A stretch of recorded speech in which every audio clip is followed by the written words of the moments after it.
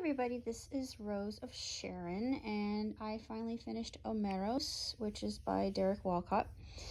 This was something that I read about in one of the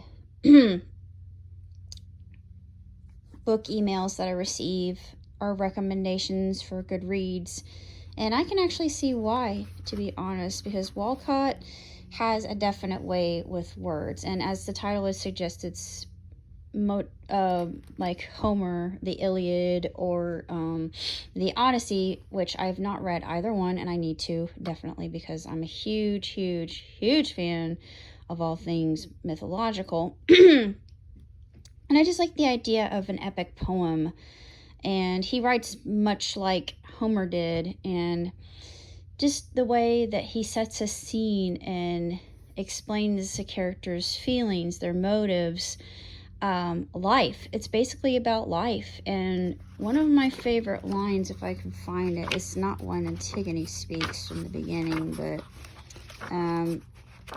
it says something to the effect of man is a maker. I think I have to find it. Now I want to read the poem about home here in a minute too, because I really liked it. But it's the quote itself is, "Man is a maker. It has been so since the time of Adam."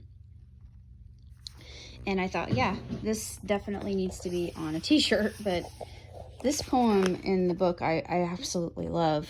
I'm going to go ahead and read it.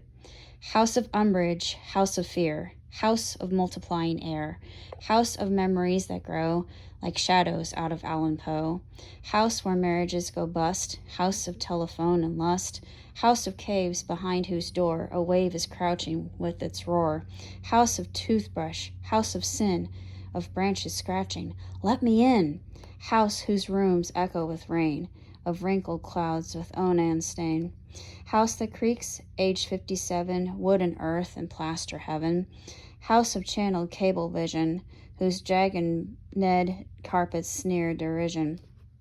Unlucky house that I uncurse, I rites of genuflecting verse.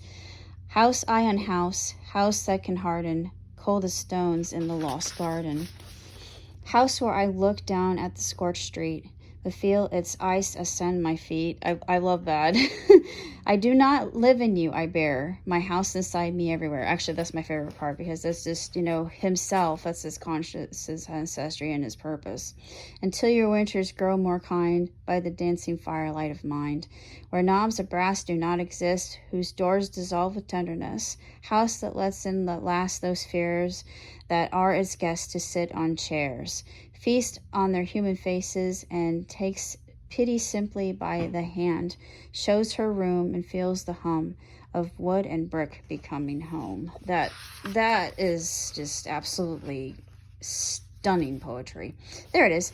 Man are born makers with that primal simplicity, every maker since Adam. This is prehistory.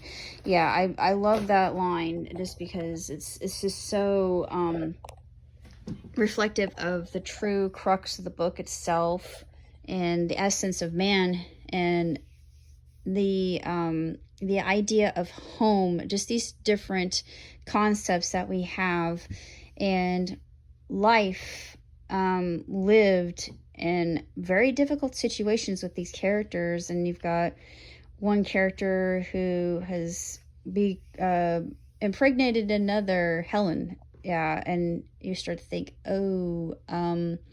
Hector, Achilles, yeah, this isn't good. You should know better not to get yourself all wrapped up in lust. But it's absolutely spellbinding. It's sumptuous writing. It's just absolute lyricism at its best, and it's very inspiring, I thought, and woefully short.